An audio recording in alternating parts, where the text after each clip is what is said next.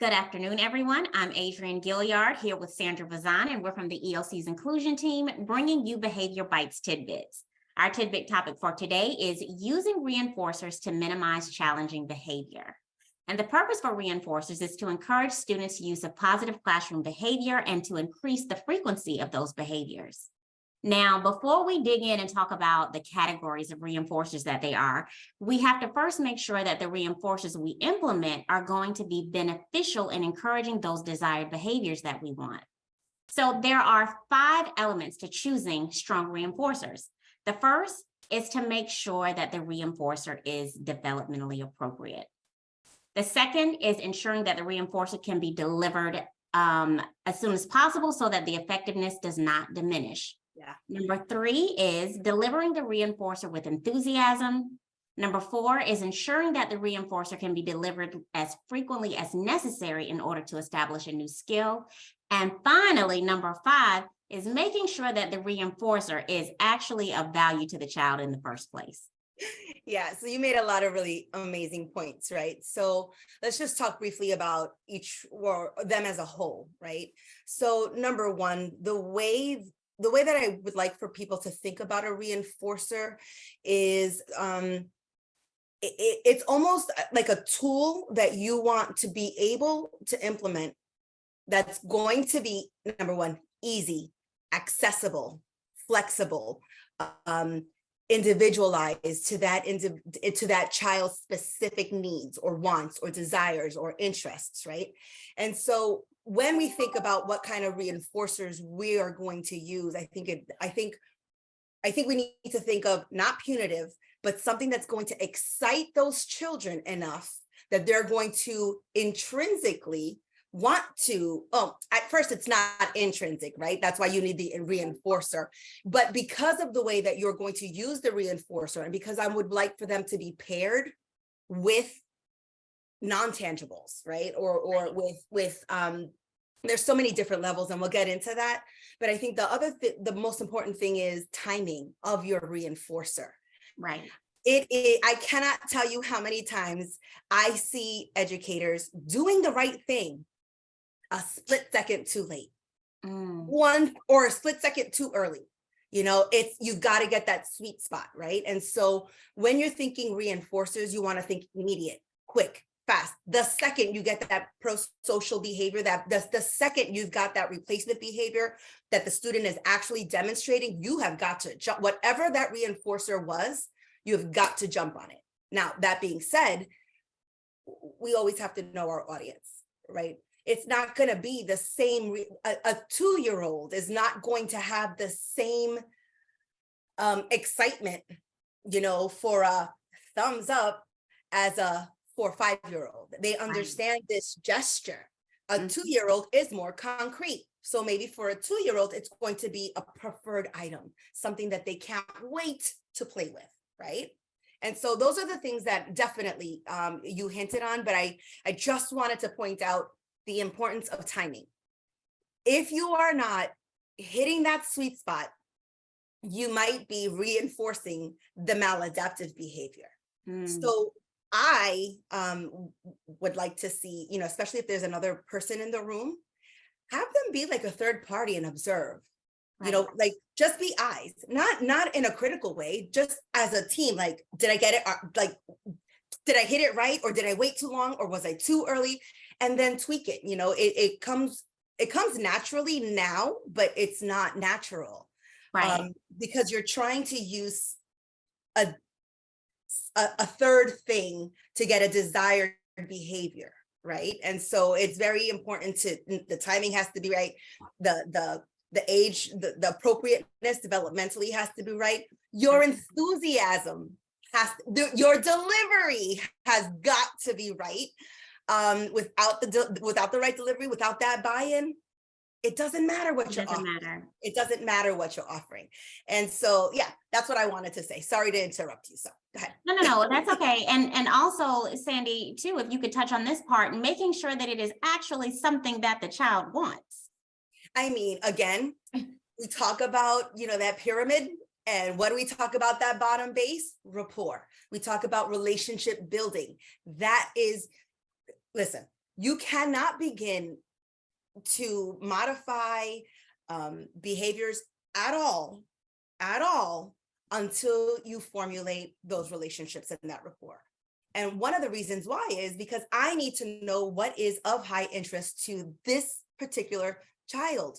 It might be slime. It might be pink slime. It might it might be so specific to one kid, and it might be as easy as that for another child. You know what I mean? So that's the part of it. You have got to make sure that it is of interest to that particular child, not to you, But not to anybody else, but it's got to be something that kid wants so bad or would do anything for. I usually ask the parents or the teachers, what's the one thing that they will do anything for? Like anything that you ask them for this one thing, and you'd be surprised. And this is, I think, a good segue for the different categories. So go ahead with absolutely. And like I mentioned, there are different categories of reinforcers, and the categories are social, activity, tangible, edible, and avoidance reinforcers. So Sandy is going to talk in detail about those. Okay. So I would like to say that the first three, which were the social and The activity and the the activities and the tangibles, those would probably be your globals, right? Those are going to be for everybody in your classroom. These are things that can work for everybody. So these are going to be your preemptive kind of reinforcers, right? Mhm. Those last two, when we're talking about edibles, and it's a sticky subject, right? Like literally, it can be a sticky subject. It is. Edibles and the escape or the avoidance reinforcers, those are going to be for those very few at the very top of your pyramid, those 1-2% children that need that extra layer, that an additional incentive to work for you, or to even kind of just be present in the moment, right? Their drive, their whatever it is. Those are the students that most probably would have been identified or will have an IEP or will have, some type of behavior plan or some type of, occupational therapy plan. There's a plan in place, typically, if we're using edibles, right? Or the avoidance, because you have to be very, very careful, especially with those two, for the timing, for the specificity of when you're going to give it. So that's something that would be more for those 1 or 2% children, right? But if we're talking about globally, like what are some great reinforcers that we can use for all of our students and those ones with challenging behaviors, taking into mind and considering everything we just spoke about, your socials, right? Your social reinforcers, that's the best. That can be that's me and you. When you think of social, I want you to think about relational, right? That can be, a high five from a favorite teacher. Sitting with you want to sit with it, as a reinforcer, you get to sit with me for lunch, or you get to sit at the teacher's table for whatever, a high five, a gentle whisper, I'm so proud of you, good job, with excitement, a pat on the back, a wink, a high five, a fist bump. I mean, anything that has to do with somebody else. So it doesn't necessarily even have to be with the teacher. It could be a center time with a preferred peer. Hello. Me and my best buddy can go to the sandbox. And they're usually kept separated. Right. So, those are really high. That's a good incentive for somebody who's, wanting to be social with their friends, and you're giving them an appropriate time and place for it, right? So that's the social. Anything that can be considered relational, right? Gotcha. A preferred adult from another room, time at home with mom, FaceTime with grandpa. I'm talking about, we can be as creative as we want to be when we're talking about those social reinforcers. Now we're going to talk about that second one, activities. This is the one. This is the one that you've got, that this is the wow factor. Okay. This is the, I get to do what? What do I get to do? But you have to sell it. You've got to be like excited about the activity. I mean, and it has to be something that, like, you're not going to use somebody who prefers, for example, you have a little boy and he prefers to play in housekeeping. That's just what he likes to do. So my activity, my incentive activity is not going to be, let's play blocks. Let's go play with the Legos. If I know that he loves to be in the housekeeping, then my activity has to be something related to what he or she would do anything for. You know what I mean? And so this is the time where it has to be fun. It could be whole body. It should be whole body kind of moving, because you kind of want to get, if you've got those, you know, wiggly kids, you kind of want to kill two birds with one stone, get them moving. Besides that, whole body movement levels out students.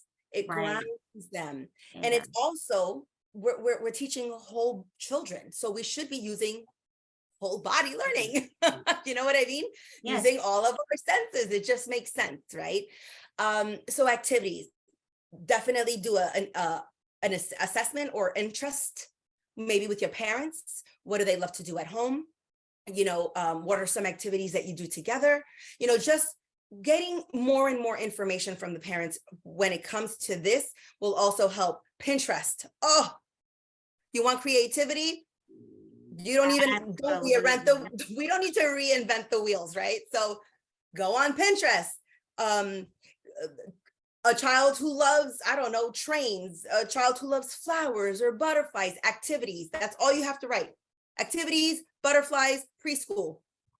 You'd be surprised what comes up, right? And then that third one, this is the one, the tangible, right? This is, what do I get? So the social is the who, the relational, right? The activities is the what do I get to do, right? What am I going to do? And then the tangible is, okay, what do I get? What do I get? Now, tangibles can be an edible, but remember, we're using that as a completely different category. So that's not, we're not looking at edibles at all. Food for that. At all. Okay, let's just clarify that. Can it be? Sure. They will get a cookie. They get a lollipop. That's not what we're talking about, though. When we're talking about tangibles, now we're talking about treasure box. Now we're talking about stickers. Right. Now, you know, those are the things that we're talking about, right? Or token systems, you know, like if you get a certain amount of pom-poms, right? That's an incentive. And at the end of, if we fill up the jar because, you know, you use kind words with your friends and we're filling up the jar, now the tangible might be, I don't know, a trip to the treasure box, and it's a special treasure box that, you know, especially for that one child, that the parent went to the 99-cent store and took that child shopping, because this is how you do it. You want highly incentivized, you want something that's high interest. Have the parents take a trip with that child to the 99-cent store, let them pick out what they want. And then you say, okay, that's for treasure box at school. And now you have a good high interest. Right. They bought into it. They wanted it. They liked it. They grabbed it. I want it. Okay. Now you've given teachers a tool. Right. For those really, you know, big behaviors, and all the other reinforcers are not working, or you want to use it in conjunction with, you know, your social and your activity. Absolutely. Why not? I think that we just have to be careful with the giving and then the taking away. We need to be very, very careful with, you know, our intentions in using especially tangible reinforcers. So I would ask the question of teachers, what is your plan? Like, how does this work? Because it's got to be consistent and it's got to be fair. We also don't want it to, the giving and the taking, we don't want it to encourage the behavior that Right. we're trying to, you know, diminish. Exactly. So we have, you know, when we're talking about tangibles, especially, we have to be very cognizant and have a plan in place. Like, again, the way that I did it, like my student, and again, really intense behavior, you know, self-contained kind of preschool class. And so my children earned greens for making green choices. You know, at the end of the day, they would count up, but it was never, you know, it was never like, oh, you earned treasure box. Nope, now you made a mistake. Sorry, give it to me. That's not, Right. it's never punitive. Right. Yeah. It shouldn't be punitive, you know. The other thing with tangibles is if you want to use something like that for like a really big impact, the first time that you introduce it, make sure that you give that child an opportunity, specifically that one kid. If everybody else is getting treasure box, you make sure that the first time you introduce it, that kid gets an opportunity to go into treasure box, because now he knows what's in there. And now I'm interested. You know, now I know what the big hype is. Now I get it. So again, the way that you introduce, you know, any kind of reinforcer, it matters. It really does. And so you want to give that child, especially when you're talking about tangibles, an opportunity to win it, you know, and then you can use it as okay, what are you working for today? Like, I remember you like that big bouncy ball, whatever it is, you know, like you remember you wanted 2, and I told you the next time you earn treasure box, you can earn, and then you can remind them gently throughout the day, remember, what do we, you know, like just, and the hope of them getting that tangible is enough to reinforce a lot of those children to make better choices. So that's reinforcers in a nutshell. In a nutshell. All right. Thank you so much, Sandy. Okay. Now, if you are still experiencing challenging behaviors in your classroom or at home, you can always reach out to Debbie K on our warm line. The number is 954-295-0672. And if you found this video and others of our videos helpful, please like, share, and subscribe. Thank you so much for joining us today, and we'll see you back here next week. Take care, guys. Bye.